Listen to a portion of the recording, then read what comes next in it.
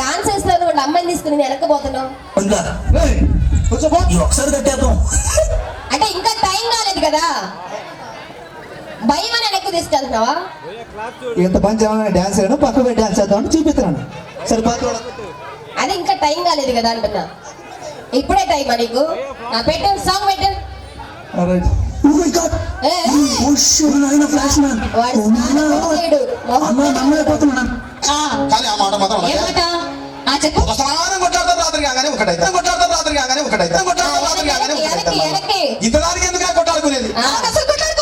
అందుకే సంతోషంగా ఉండాలి అంతే మనం ఉన్నట్టు. కానీ ఆ మాట మాత్రం మాట మాట మాటి మాటి